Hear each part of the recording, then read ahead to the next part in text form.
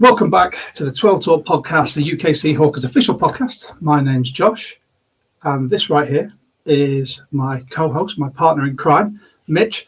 We have got some fantastic things to discuss with you today. We've had a little bit of a break. It's the off season. We're allowed. Thanks to everyone for joining us. But today, as you can see from the title, Return of the SHAQ. SHAQ. There you go. We're going to be talking about all about Shaquille Griffin's return. What does that mean to our cornerback room? And also, are there more free agents in Seattle or around the league that we could be looking at? Mitch has got some fantastic stats and facts. We're also going to announce our new sponsor partner today. And I'm so excited to do this as a UK-based NFL podcast. Something like this is so beneficial for us, and we really, really hope you guys get on board as well. But Mitch, shall we hit the theme music? Let's do it.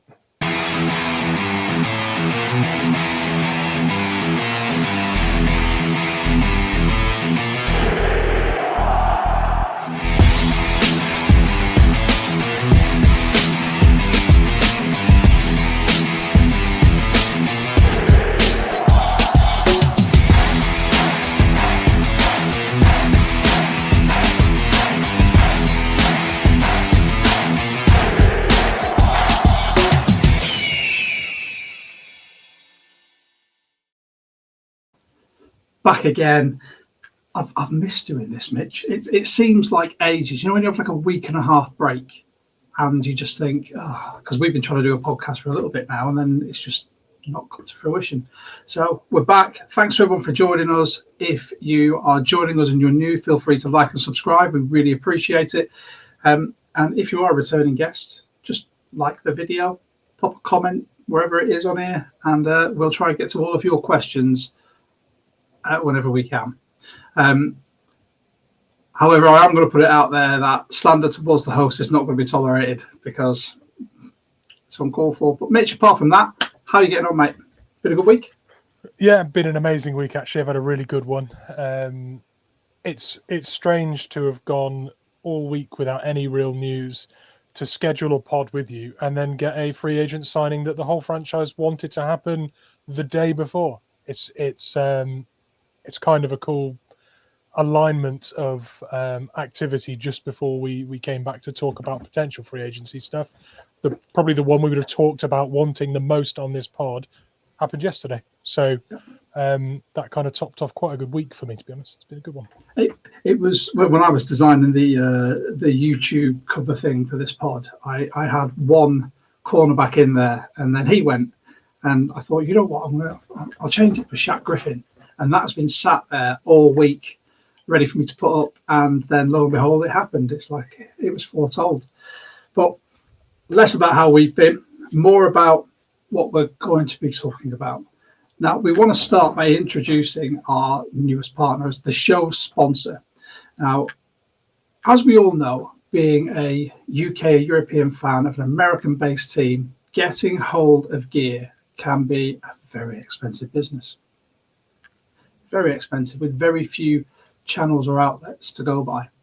So we have partnered up with a fantastic company that is run by our guest, Pete.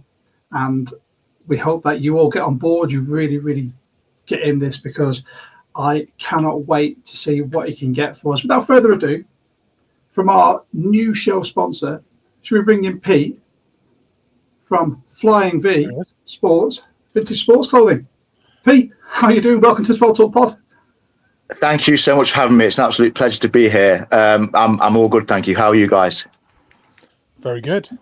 Brilliant, mate. Brilliant. Yeah. I said it's been just over a week since Mitch and I have done a pod, so we're getting the itch. And it's nice to have you come on as well and sort of start this new partnership. So before we get into what we want to do on the pod, I want you to tell us about Flying V. So there you go. There's the logo for anyone who's not seen it on socials. So tell us, where did it all start from? Where did Flying V come from? So Flying V started in 2021, and it really came. I was doing bits and bobs of buying and selling just high street clothes for on and off for a few years before that. And my dream was always to get into sportswear. And like me growing up as a youngster and like working and that, like sportswear was always the more expensive sort of thing to buy in and sell than like just high street goods, let's say.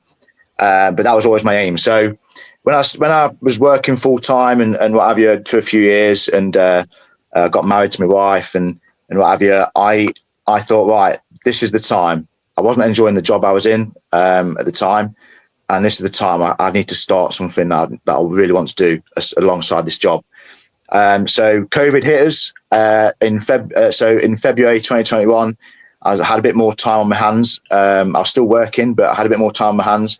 I was like, right, what can I name? If I'm going to do sportswear, what can I name my business?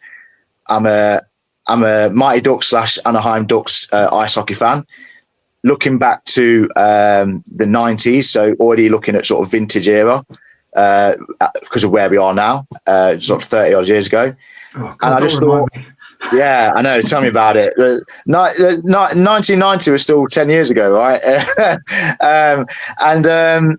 I just thought, well, wouldn't that be a good, what can I associate with the Mighty Ducks, let's say? And obviously from the film and things like that, and it was the flying V that down the ice, and that's how it came apart, to be honest with you. And I got in touch with my mate, who's a really good graphic designer, Joel, and I said, can you drum up a logo for me? First things first. So he did.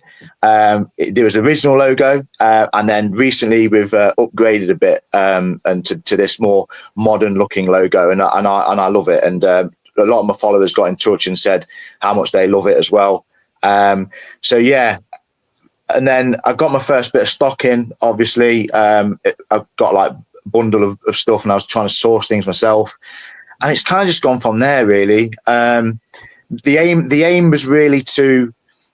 I remember when I got my first basketball jersey. I went to a Leicester Riders basketball game, and one of my sporting heroes is Kobe Bryant, and I wanted a champion Kobe Bryant jersey, and I got one. I had most of the money. My grandma lent me a little bit of money to get it as a treat, and on top. And I went to the game, bought my Kobe Bryant jersey, a champion jersey. They were like £30 at the time at the game. Look, you're talking sort of 2000, 2001. So right? Inflation has killed that £30. Somewhat. And this was brand new as well. This was brand new at the time. So I went and I got that, and it was amazing. I absolutely loved it. And so my aim with my business is, one, I want people to be able to afford what I'm doing. So, for example, my aim is to try and keep champion jerseys, for example, from a basketball point of view, or like the older Reebok. I've even had a few Wilson jerseys in, and champion jerseys, NFL jerseys as well. I want to keep them towards that £30-40 mark. I want it to be affordable for the majority. I don't want it to be pricing people out. And that's my aim now, and that'll be my aim going forward, because I want to make more people happy by being able to afford what is, let's get it right, is a luxury because of how things are at the moment financially for a lot of people. Going out and buying a jersey is a luxury, and the prices, I'm going to be honest, the prices I see on Fanatics and things like that, and the stores, the official stores, they're just getting atrocious, to be honest with you. It's absolutely atrocious, the prices that they're charging. And, you know, a lot more people are now turning to the pre-loved and vintage market, let's say. Mm-hmm. And even in that market, I see a lot of inflation.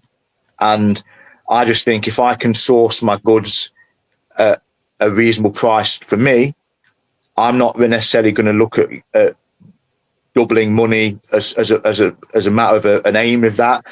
My biggest thing is if I can make someone smile, get a jersey at a good price, make a little bit of money. Let's not get it right. I'm trying to run a business.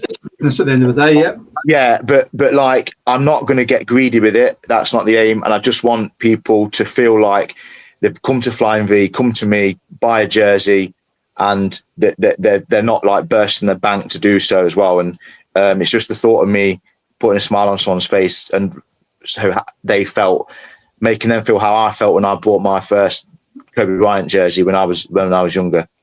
Dude, it's also, I saw on your socials as well about you were in Barrow, weren't you, for a market? I was, yes. Father and son that bought a jersey each?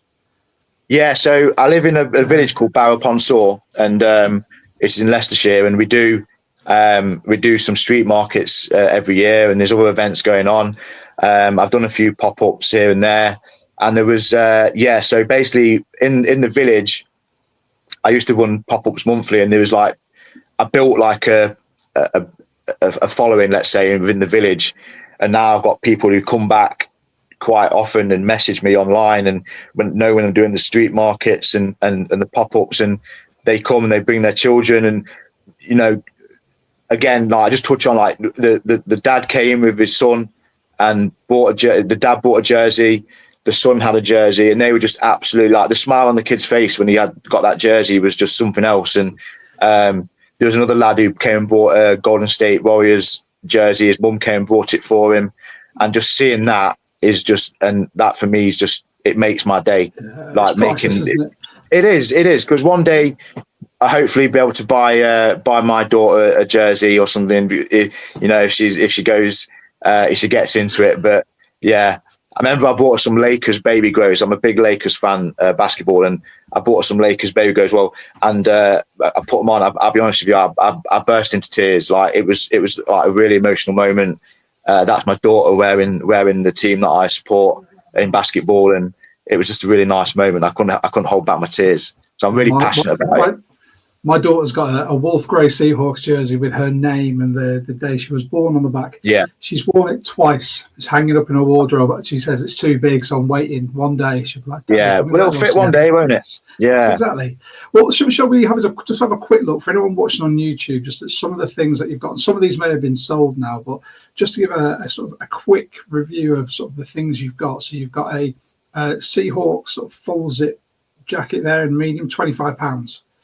You've got the Fanatics Seahawks pullover hoodie, another medium, £10. You know, you've got did I see the Mariners jersey had gone? That's sold, unfortunately. I had two of those, and they sold very recently, like in the last couple of weeks. They're brand new. They're brand new baseball jerseys, Seattle Mariners. Just nothing on the back or anything like that. But I sold them at like I think they were £45. Yeah, I mean, buying online, even if you get a plain one, you're looking at £90. So exactly, yeah. You know, and then you've even got the Washington's UW there as well, basketball, the Huskies. Yeah. And a small £20. You've got the Sounders jacket. You've got a Gators like jersey there, and that's a large youth, £20. You know, it goes on and on. I mean, everyone can have a look at these. We'll post the link for your website is posted in the description here. I love this Mighty Ducks jersey here because I had that in white. Yeah. I went through a stage of having them all, but yeah. So obviously, being a Ducks fan, I've already got that one. Otherwise, it would not be there. So anything I get in that's like Anaheim Ducks or any of my teams, then I especially in the size large, I get first dibs. No, I mean, what you'll get is you'll get a lot of my jerseys, especially the NFL. I looked to somewhere between, in very good condition, somewhere around £25-30, give or take, if there's like one that's a little bit more special and like rare, let's say. In all the items, there's a description on the condition of it. So anything that I found that to be wrong with it will be written down there, and that's also considered in the price. And the measurements for the items are there as well, because obviously buying online can be sometimes a little bit sort of touch or go, depending on fittings. So the description, the measurements are in the description there to help people out on that. But yeah, the aim is to have a bit of a wide variety of sports. With it not being NFL season, and we're coming up to the hot weather coming into the summer. It is quite basketball heavy at the moment, but I am looking. I have got. My basketball jerseys have been broken out well and truly. Yeah, so I've got actually right next to me. There's a pile, I would say, of about 50 jerseys there, or items to list. And then in my garage, there's another 2 boxes full of stuff. And I'm also but like between now and coming up to the NFL season, my aim is to try and source a lot more NFL stuff. I did have quite a bit in, but it did sell. So it will do. It always does. I mean, I look at things like this, and I love a basketball jersey. I've got a Kobe like 24. I've got a Elijah one Rockets jersey. I mean, that's my basketball team. But look at that. You know, who's that? Dwight Howard. That's Dwight Howard, yeah. Pounds. And then you've got a Mitchell and Ness. I was gutted to see this is sold out. Yeah. A Carter jersey for £35, and they're like £90 to £100. Yeah, which they are ridiculous, man. I mean, this is where hopefully we can get this, get people on there. I mean, let's just have a look as well. Oh, and these are things that you sent me as well. So just to let everyone know who's watching. So every time we get a pod going on, as soon as Pete gets something Seahawks related, he is going to try and keep it off the website until we go live. So you guys will hear about it first. I think these 4 items, so you've got the Seahawks cap, you've got the Action Green hoodie, you've got the Sonics, 2 Sonics jerseys as well. They have just gone live, haven't they? They have. They should have done. It's the first time I've done this in terms of like putting a schedule on. So they should have gone live at 9. So yeah, you've got the Kevin Durant. That's a youth large in that one. So if any youngsters out, they do fit a small adult as well, or especially like the females. There's a Sean Kemp Sonics jersey. That's a size XL. I believe the green hoodie is a medium, and the cap is a size 7 in the fitted range there. But I know I've got coming 3 Seahawks jerseys, and there's a couple more non-jersey things as well. I think there's a hoodie, a quarter zip, long sleeve sort of sideline top. But obviously now with this partnership, I will be making a conscious effort to try and appease your fans. You don't have to appease us. It's just a matter of trying to help us. That's all. It's just like, with the link here, like it's you know, you just getting in touch with me was like a massive thing. Like when I told my best mate, because he's a Seahawks fan, and he was so excited like about it, and just you messaging me like it's and having that chat, it was clear to see for me what our interests and what we're aiming to do with our respective, the podcast and my business. With the same sort of aim is bring a smile to people's faces, give people what they want in terms of their interest, and just fly with it. It's an absolute pleasure to be associated with you guys. To be honest with you, I wouldn't have reached out if we didn't want to work with you. I mean, Lord, I think these T-shirts are awesome as well. You with Hades Hockey, you've got your own line there as well. So I may well be dipping in to buy one of those. And when you're talking about helping out our fans, you very kindly offered a discount code, haven't you? I have. So this is going to be for, there's no end to it. Let's say it's if you use code 12talk at the checkout, you get 20% off your order on the Flying Route V website. That's on any item. 12talk, the code on checkout, and you'll get 20% off your order. Obviously, if there's any issues that anyone does have with that, when they do, just get in touch with us, and I'll be able to sort you out. But giving out like discounts for the Seahawks fans is the least I can do for you guys helping me out. I do. We really appreciate it. It's awesome. I also noticed a spelling error there. That's what I get for typing things quickly. But yeah, I mean, we're so stoked to be working with you. We hope that we get so many of our fans that are UK based. Oh, it's disconnected. He's gone. He was really offended by your spelling. My spelling mistake is that threw Pete off. But I mean, for anyone who's saying, "Oh, he's back now. Look at this." So what happened there? I don't know what happened there. I don't know. Yeah, we thought you'd had enough. I was just Technology saying, there, no technology. What these days? What are we doing? It's you can't trust it, can you? No, we were literally just saying, like, we really appreciate you coming on board to sort of partner and sponsor the pod. Like anyone who of our fan base like sees it on socials or anything, obviously Pete will send us any new Seahawks gear he gets, and we'll be telling you guys exactly where to get it from. I mean, you can find it on our socials on X, Facebook, Instagram, TikTok, all of those good things, and you can follow Pete on Instagram, Facebook. There is an X account, but you don't really use it. Don't really use X anymore. No, got fed up with that. That's right. But yeah, by all means, follow Pete. Have a look on the store. Like I said, the link is down below. If there's anything you like, doesn't have to be Seahawks stuff. Use code 12Talk, and obviously Pete will know that you come from us, and we can hopefully help everyone grow together. But Pete, it's been an absolute pleasure to have you on the pod, and we will have you back on, even though you're a Dolphins fan. Pre-season. Oh yeah, well we don't need to talk about that at this point. Right. Your pre-season, we'll have a good old roundtable chat with NFL fans from all over, and we'll see what happens. But from Mitch, thank you so much, and thank you for this 20% off, and we will hopefully go from strength to strength with this, man.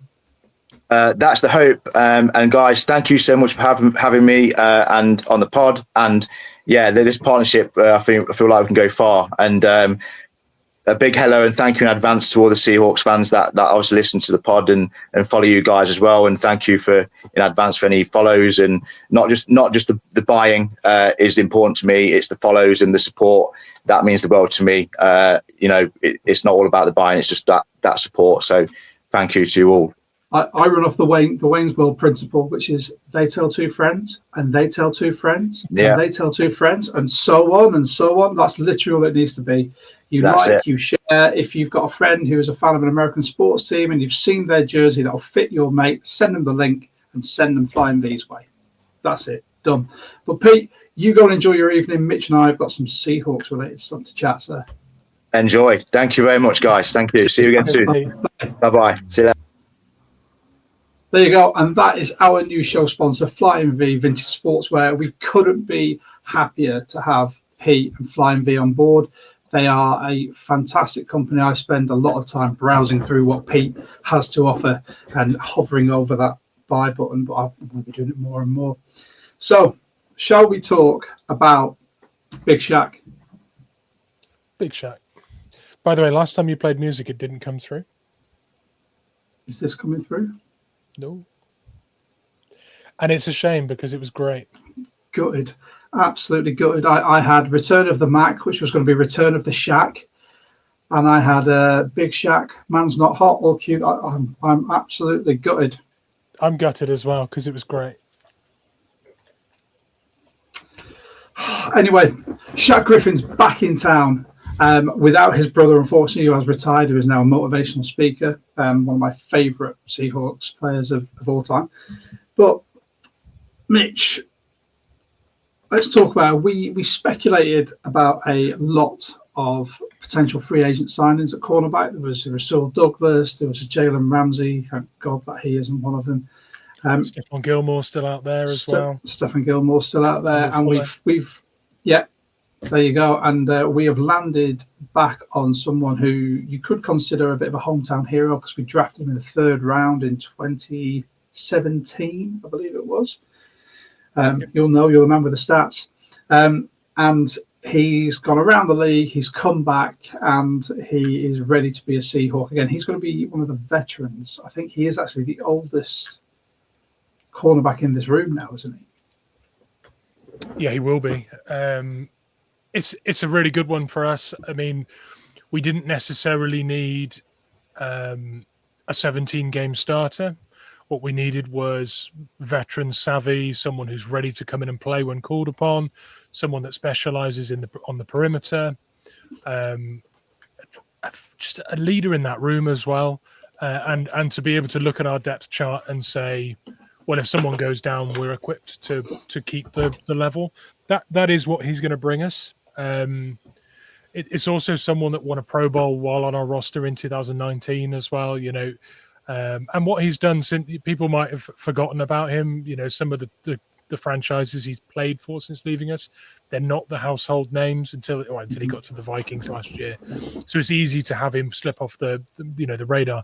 But he's played a lot of football since he's left us, and his levels haven't dropped dramatically. He's still, I think he's 30, might turn 31 this year from memory. Yeah, I think doesn't he turn 30 this year? Yeah, maybe. Yeah, he's maybe 29 that's now, year. I think. Yeah, I know he's definitely got a birthday this year. Weird. Imagine. Yeah, so I mean, just to run you through that Pro Bowl season he had with us, it was a 64 tackle season with 14 pass breakups. I mean, 14 pass breakups from someone like Weatherspoon or Woolen or on our roster, you'd look at that and go, blimey, that's an influential player. So just before he left us and got his big payday at Jacksonville, he really did leave us with a really high reputation in the league. Was that the season with the Griffin on Rodgers sack? Yeah, I think it was. It was the double, the yes. pincer.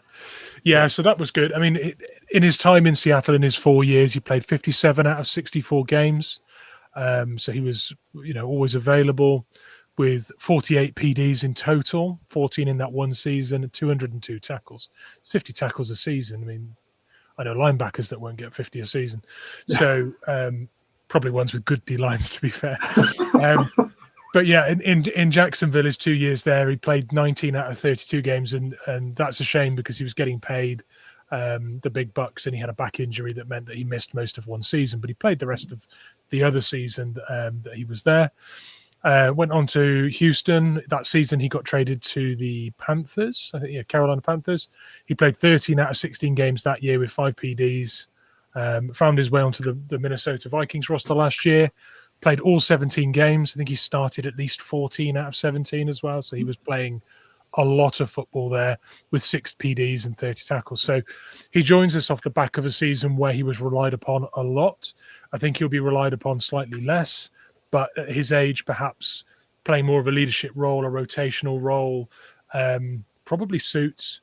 And I haven't seen the contract yet, but I know that we were offering around veteran. 1 year, 3 million, up to 4 million with incentives. I think I heard on Dan Vienne's Seahawks Forever show earlier. Nice. That can be fact checked by anyone in the comments. Well, I can see Jonas and I think Rich was asking as well about it. We knew that they were offering close to veteran minimum with some incentives, and obviously we took some time to get that deal over the line. So it may well be that he was just playing the market to see what was out there for him. And I think even if we were slightly less than his top offer, I think the lure of coming back might have been a big factor too. So yeah, really, really pleased with that acquisition. It was our biggest, I think, of all the free agents out there. He was the one that really shone as a God. We'd love to have him back. What a good time, and it's such a good fit for what that room needed. Yep. So, I mean, shall we just very quickly shout out Jonas? He's patted himself on the back for predicting the SHAQ pickup 6 weeks ago. Jonas's man, SHAQ Griffin. There you go. Mitch has got Mitch's men. Jonas, you can have your own. It's fine. all right, don't start rumours. Yeah. So what does that mean, though, to the depth chart? So currently, who have we got in that cornerback room? So you're looking at Weatherspoon, Woolen. You've got your, let's have a look, Josh Jobe, Nehemiah Pritchett still there. You've now got, what's his name? Gene Charles. Gene Charles. Yeah. Obviously, SHAQ Griffin in there now as well. Mm-hmm. You've got Zy Alexander out of LSU, who was undrafted, who was, widely thought to have a good shot at making this roster. And there's a bunch of other guys in there. I think SHAQ Griffin coming into the room now means that Nehemiah Pritchett, Zy Alexander, Gene Charles, they're all scrapping around on the bubble, because I think you've got Damarian Williams, Tyler Hall, but I have a feeling they cut Tyler Hall. I don't know why, and Ryan Cooper Jr. is still on there as well. Yeah, it's for me. Griffin adds something that is missing from that room. It's going to be hard for us to cut a player like that, because I see Job, Pritchett, and Alexander as players with ceilings that they're giving snaps to that, you know, can do a serviceable job. I don't think that's what you're getting from Griffin. I think with Griffin, you've got a proven starter with longevity in the league, veteran experience, locker room presence, someone who's been here and come back. It's a good look for the roster when people are choosing to come back, like Jaron Reed. Mm-hmm. To cut players that want to return is the wrong signal to people. Yeah. Do you know what I mean? To welcome home a prodigal son and then go, actually, just could you leave? Yeah, I mean, it's not good. I mean, Gene Charles Pros has been lighting up at training camp, but it's training camp. There's no pads. You've also then got Isis Waxter, who Brian Nemhauser spoke to us about when he came on the pod, who's another one that we should be keeping an eye out for. But I mean, apart from that, I mean, starting caliber, someone that I would happily thrust in there. You've really only got Job and Griffin, who, in my opinion, are tested. So if Woolen or Witherspoon went out, you've got Job or Griffin. And then are we both feeling like Witherspoon plays the perimeter a bit more than last year, with having players like Imanori in there? Yeah, I think that's the plan. I think it's going to be, but I think it could be interchangeable because Imanori could play as some sort of corner as well. I just think we said this on a previous pod. It's a position of worry for me. Obviously, there are still a couple out there that we could bring on. I don't think we will, because Mike has outright said that he trusts his coaching group. Mm-hmm. I think he's going to be looking for his coaching group to get the best out of these, you know, the people that are on softball contracts, those that are like UDFAs, you know, hoping that we can train them up to actually fit into this system. But it's still a worry, because all it's going to take is a Reek Woolen or a Witherspoon to go down, and you're left with Joe, Griffin, Waxter, and Alexander. Yeah, who's unproven. Yeah, it's one of the only rooms on our roster at the moment that I'm genuinely concerned about a starting injury to, and unfortunately, corners do get banged up. They're highly athletic players taking hits regularly. You know, there's a lot of stress that goes through their ankles and their knees, and it's just a high chance that is going to happen at some point. Don't want to put don't want to put any jinxes on anybody, but it just is common. So, but we've got other rooms that we can still add to with free agency. We've got the cap to do it. There's some players out there that we could look at for sure. Do you want me to throw some at you? Before you do that, yeah, I think we should give a little shout out to the UK Seahawkers. As anyone who knows, anyone who watches us or has seen us on socials, you'll know that we're the official podcast of the UK Seahawkers. We're very proud of that. If you would like to join the UK Seahawkers, it's £12 for individual membership, £20 for a family of up to 4 at the same address, additional £5 postage if you're outside the UK per membership. You can join by simply sending £12 to ukhawksfans12@hotmail.com. You will get access to a whole host of goodies we get every year. Social events, 10% off at the Pro Shop. Not that you're going to need it now that we've got Flying V Sports on board. You're also going to be eligible for game day field passes if you go over to Lumen. Conditions do apply to that. This is what we got this year. Fabulously presented on Mitch's box. You have got your coasters, your wristband. You have your 21-year anniversary patch and your membership card. And you could be one of these shining happy people here. From our most recent meetup in Glasgow. It was a fantastic night, that as well. However, the journey home wasn't great. And as always, we are proud supporters of the Robbing Cancer Trust. This man here is CEO, Chairman, Toby Freeman. Toby is currently undertaking his big ballsy run. He's just run all the way across Hadrian's Wall. That is the width of England, which is absolutely mental. So far, he has run Colchester Half Marathon, Brighton Marathon, the London Marathon, the well-run Brum in Birmingham, I'm guessing, Colchester Half Marathon, the Great Manchester Run, and he's run the Hadrian's Wall Ultra Marathon, which is 135k. That was done in 3 days. Like, honestly, when sometimes I feel proud to say this man, I've known this man for a long time. He's my friend, and he's appeared in the newspapers. I'm pretty sure he got all over Reddit. I think there were people in the US that had followed him as well from running circles. And he's doing it all whilst BBC News as well. There you go. Done it all whilst dressed a giant ball bag. And unfortunately, 2 of the graphics that I pulled in didn't work. But you can support Toby. You can find him at Toby Talks Bollocks, I believe, on Instagram. This is what he's currently at. He's already hit his 500k target. He's at 504k so far, and he's still running every day, and he's got more events.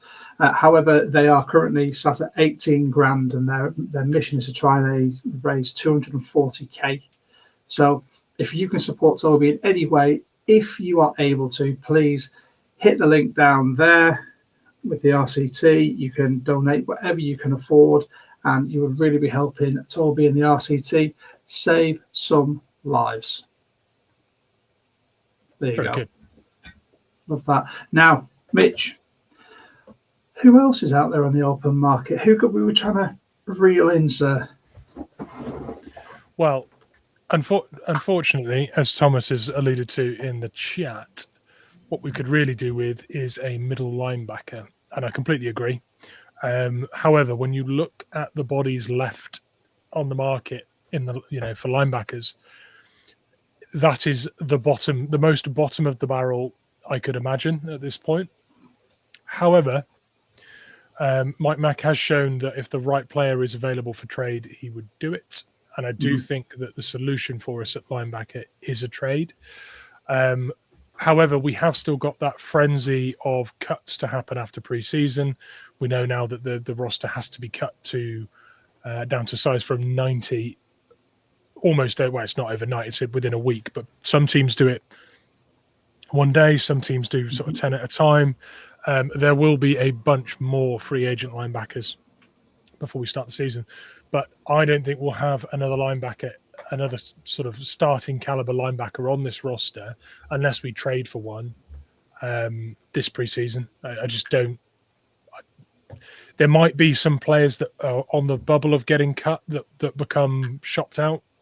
There are some players coming back from injury this year, like Nakobe Dean, who I'm a huge fan of, that I still think is probably going to be shopped.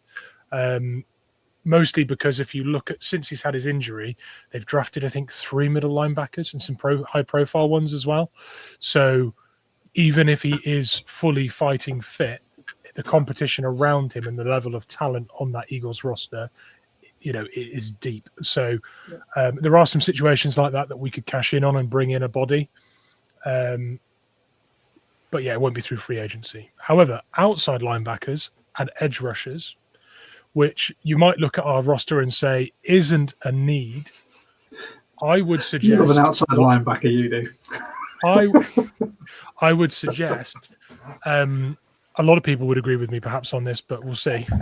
I think that we need an X-factor edge rusher in that rotation of players. What we currently have are high quality starting caliber edge rushers, the likes of Boye Mafe, the level that Derek Hall put up last year, Chenna Nwosu.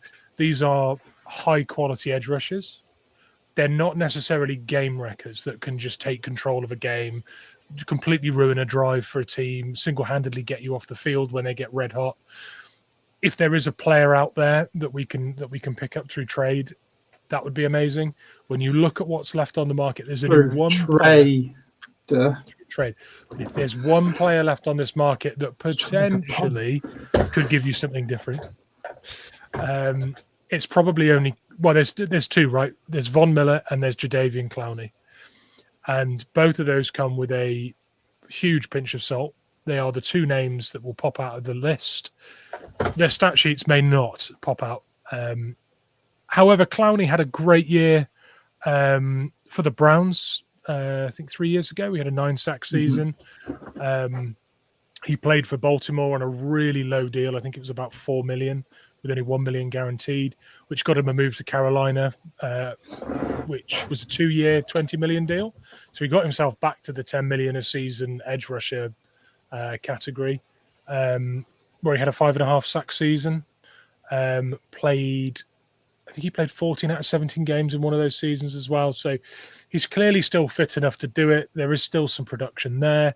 He's still someone you have to factor in.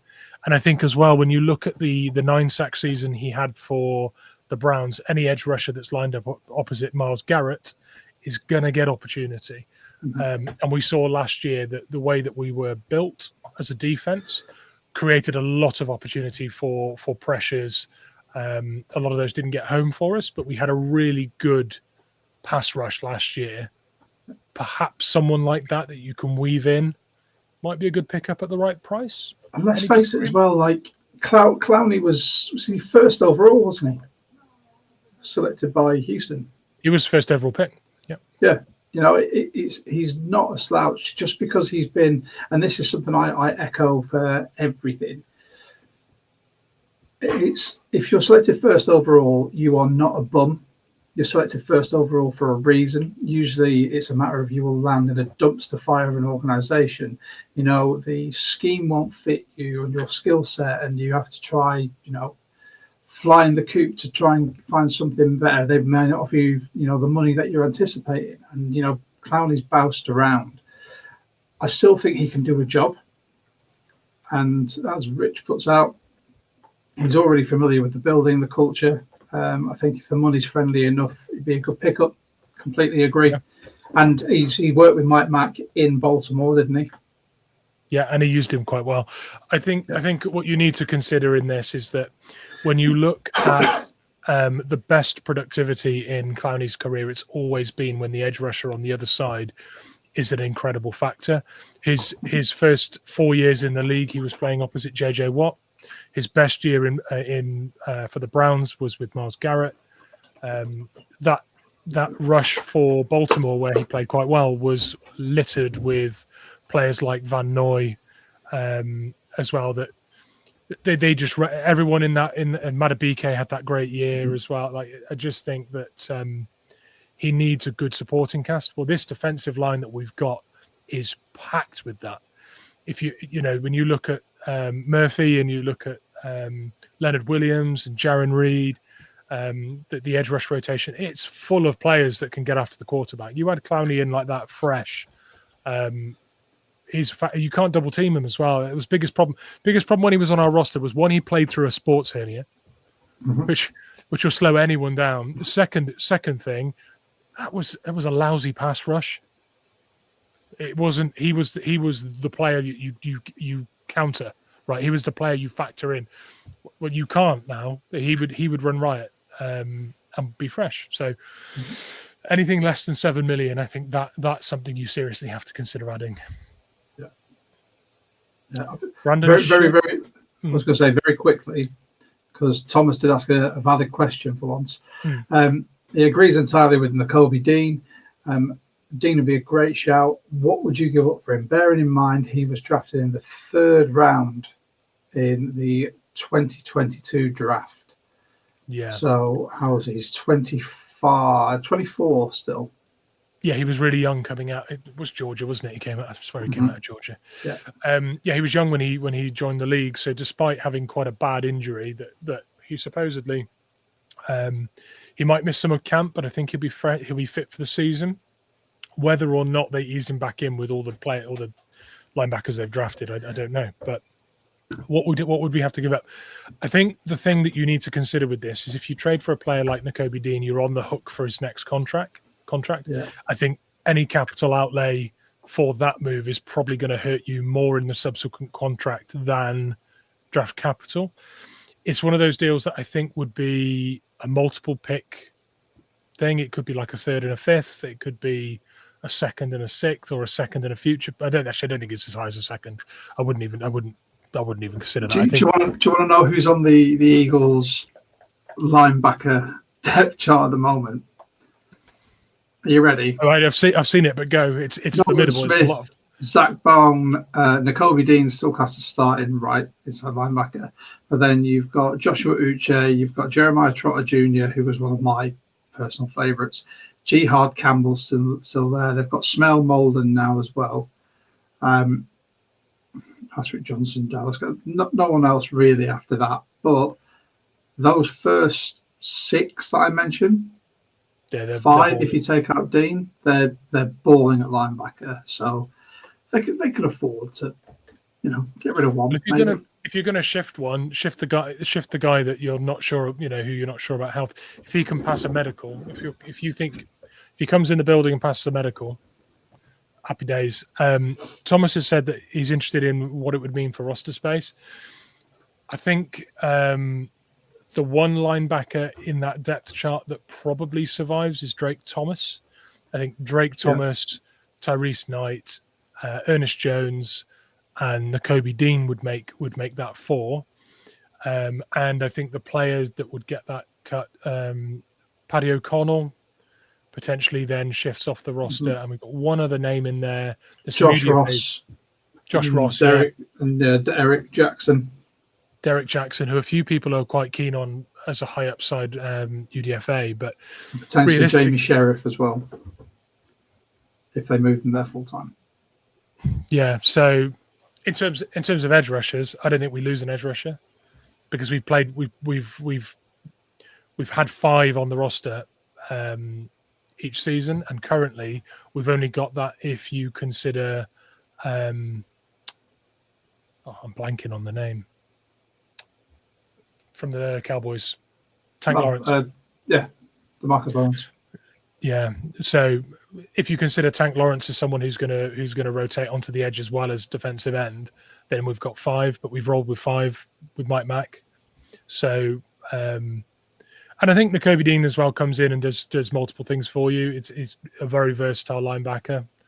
And I think that's kind of what's missing. Like when you look at the 2 linebackers, the 2 middle linebackers, they are fairly strictly middle linebackers, but having a proper off-ball linebacker that can get involved in blitz packages, can genuinely rush as well as stuff the run. It's kind of what we need, that Swiss Army knife in that spot. I like it. Right, go on. Who else have we got? So this one might get a few groans, but Brandon Scherf. I know realistically, looking at the roster, there's a lot of talent on that O-line now. What I love the most about the current state of our O-line is it is now built for purpose. The scheme we're going to be running has some genuine fits in there, albeit not proven and no NFL snaps on a lot of them. But Brandon Scherf is a 5-time Pro Bowler, ranked 19th in pass block win rate last year, didn't allow a single sack for the Jacksonville Jaguars last year. Only interior offensive lineman last year that didn't. Only guard. There were centers that didn't. But in terms of guards, he was the only one that didn't. So he ranked first there. So if you're looking to protect Darnold with a free agent pickup, that is a guy that you could pick up. Ranked 97th in run block, though. So with an increased focus on running the ball this year and a new sort of running scheme, that doesn't project well. The money you'd have to pay a 5-time Pro Bowler, potentially, well, I mean, if you just signed him in an earlier phase of free agency, you'd be looking at more money, wouldn't you? We're getting late in that window now. So you'd have to imagine that price tag's come down. But as a serious player, I mean, he had a few injuries in his 8 years in Washington, but he still managed to rack up 4 17, not 17, there'd have been 16 game seasons back then, but four seasons where he played every game. And in his time in Jacksonville for the last 3 years, he has not missed a game. So you're looking at a rock steady guy physically. You're looking at an extremely experienced guy you could put into that offensive line room, which I think could be really valuable. Mm-hmm. And a guy who you can put in there in pass pro situations that's going to be very reliable at keeping your quarterback vertical. So I can see value to that. Don't think it happens because I don't think the scheme fits great. And when you look at the money you'd have to pay for that scheme fit, not sure. But those are certainly the 3 names. I mean, Shaquille Griffin's obviously signed now, but prior to this show, Shaquem Griffin, Clowney, and Scherf were the ones that popped out for me. Yeah. I agree. I mean, they were sort of the main ones that I wanted to look at today because I think they are positions of need. I really like your comment on Nakobe Dean. Inside linebacker is something that we need to strengthen. I mean, you can have all the faith in the world in your coaches, but there needs to be some talent there as well. I'm not saying that Patrick O'Connell isn't talented. I'm not saying that Josh Ross may not be talented. We know Drake Thomas is floating around the practice squad, or he's on the 90-man roster all the time. But I think there needs to be an injection there of some real class. And I think Nakobe did enough of that. He was the Dick Butkus Award winner. Whilst was at Georgia, which I think says a lot.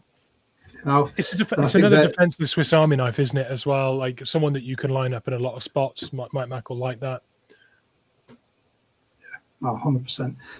Well, I mean, I just want to say a massive thank you to everyone who's tuned in. If you are watching and you haven't yet, if you could click the like button down there. It's a little click for you, massive help for us, helps the algorithm thingy. And if you haven't yet, if you could just favor, like, subscribe, hit the notification bell, tell your friends. We really appreciate that because every like and subscription helps with our reach, and it helps us reach more and more Seahawks fans to give them the platform to come on and talk Hawks. And also, if you would like to join the Discord, Master of the Discord is right here. Link is down below, and it may get popped in the comments as well. And you can come and talk Seahawks with us and Seahawks fans from all around the world. We're in there every single day, and we absolutely love it. The people we've got in there, the people that have joined us recently, have been brilliant. And then you can talk Hawks. You will also get the priority viewing of any new listings that are Seahawks or Seattle Sports memorabilia from Flying V. And you can head over to their website, use code 12Talk, and you get 20% off. The prices are already cheap, but another 20% is fantastic. So massive thanks to Pete, massive thanks to Flying V for coming on board and sponsoring the show. We really appreciate it. And, without sounding too much like Bane, everything we have, we give unto you. That's all we want. We want partners that will help you guys. And Pete at Flying V is 100% committed to that. So I want to say thanks to everyone who's joined, to Thomas, to Maxie, who's just joined us, to Rich, to Jonas, to Stuart. You guys, we really appreciate you coming on board. And when we finish this, if you want to, like I said, like, share, leave a comment, tell your friends about all this, follow us on our socials. It is all greatly, greatly appreciated. But Mitch, that is basically it from me. Have you got anything you'd like to finish on, sir? No, I'm good. You sure? I'm good. Nice yeah. One. All right. Well, from me, from Mitch, I just want to say thank you very much. We'll be back in maybe a week's time. Let's see what news may come about or what we decide to talk about with your input. If you want to come and join us on the show, get in our Discord, slide into our DMs, and we will happily book something in the off season. Until next time, go Hawks. Go Hawks.